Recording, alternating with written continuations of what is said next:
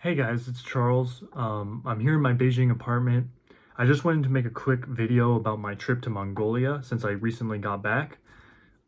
I spent 4 days, 3 nights in Ulaanbaatar, the capital of Mongolia. I stayed at this hotel called Capital Tower Apartments and Services. So it's like kind of like an Airbnb because you can rent a whole apartment to yourself.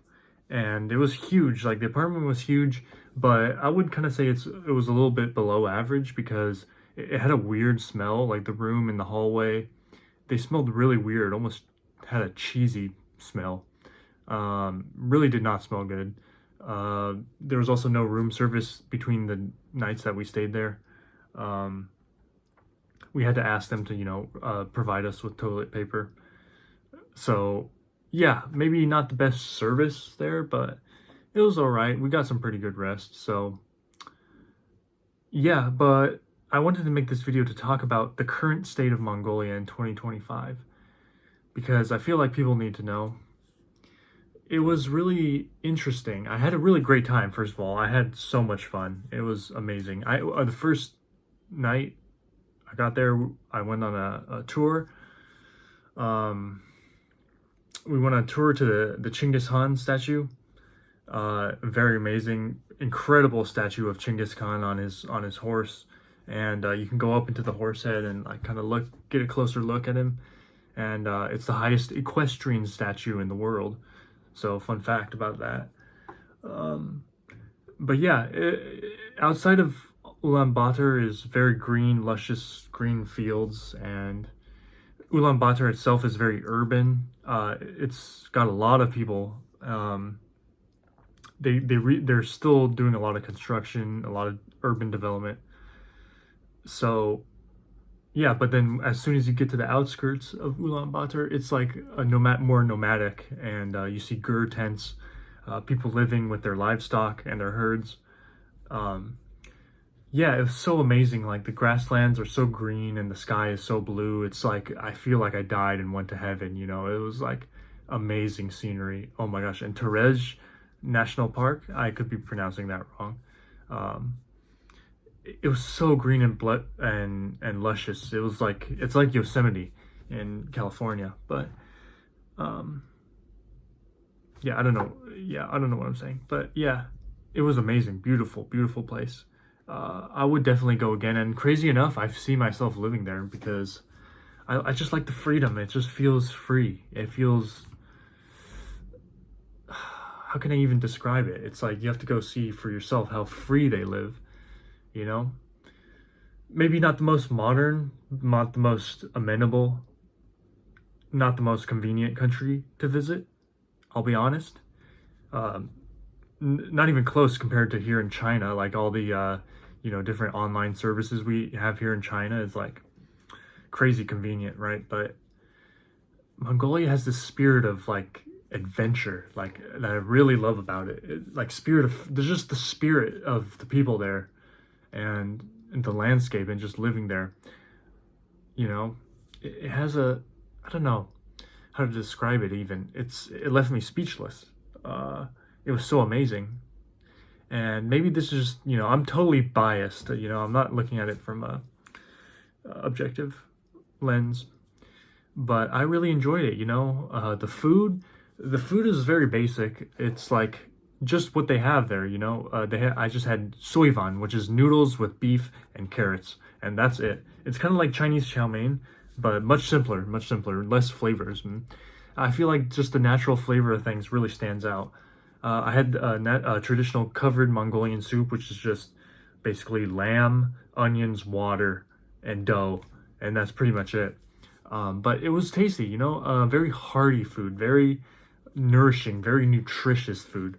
And I feel like the food definitely kind of reflects the spirit of Mongolia. It's like very just simple, and they are very resourceful because they only have a few resources. It's not like they're the most resource rich country, out there. There's plenty of countries that, you know, they have way more natural resources, but with what Mongolia has, they use it very resourcefully. They're very careful, and I say that, but despite that, there is a lot of pollution in Ulaanbaatar because in the winter people use coal. But luckily, I'm here in the summer. I went in August, so it was pretty warm. People weren't burning that much coal, so it wasn't that polluted. Although the big power plant in town does burn coal, and I did see black smoke coming from the smokestack there in Ulaanbaatar. But yeah, it was really fun. So I went on that tour, saw the Chinggis Khan statue, Turej National Park, went to Turtle Rock. I went to the Buddhist monastery up in the mountains there. We had to go on like a 30-minute hike to get there. Really fun, really interesting. Second day, we went to Sukbatar Square, which is the main square there in Mongolia where the parliament is. Another giant statue of Chinggis Khan and Sukbatar, the leader of the communist revolution in Mongolia in 1921. So yeah, that's where the head of the parliament is. In fact, I saw in the first day the Mongolian White House, at least the entrance to it, but it's right there in town. So yeah, whoever the prime minister or president is, when they get elected, they get to live there. But it's a giant, like, green field and like with lots of trees, and there's a gate. Really nice. I almost think it's better than the United States White House because it's like, wow, you get this amazing natural landscape to yourself. But okay, anyways, getting off topic. I was in Ulaanbaatar, so we went to Sukbatar Square, the State Department store, to buy some cashmere products. That's a huge industry, like billion-dollar industry in Mongolia, because there's a lot of goat herders, and the goats naturally shed their fur. They don't get sheared like sheep. They naturally shed their fur, and it's collected and made into sweaters, jackets, beanies, gloves, socks. So I bought some of that material. It was quite expensive, actually. Not very cheap, but very high quality, and it keeps you really warm, and it's really breathable and light. It's a very interesting material. Like, it doesn't have the itchiness of wool, quite the coarseness of wool. It's much softer than actual sheep wool, much higher quality. So yeah, amazing products. But that's what I did at the State Department store. Anyways, after that, I went to a traditional song and dance performance with Mongolian throat singing and other instruments like the horsehair fiddle and the Altai harp, which the Altai harp was found in a burial ground and recreated by scholars. So that's really interesting fact about it. Even though in the live mix, I couldn't really hear it. It was a very quiet instrument. But the horsehair fiddle is like kind of like a violin, I would compare it to, but it makes a very beautiful sound. And the throat singing obviously was just amazing. Like, throat singing is, if you haven't heard it, go on YouTube right now, search up throat singing Mongolia. It's just incredible how they can control their voice in such a way, like super. I can't even do it. That's terrible. But they super deep tone coming through, very clear.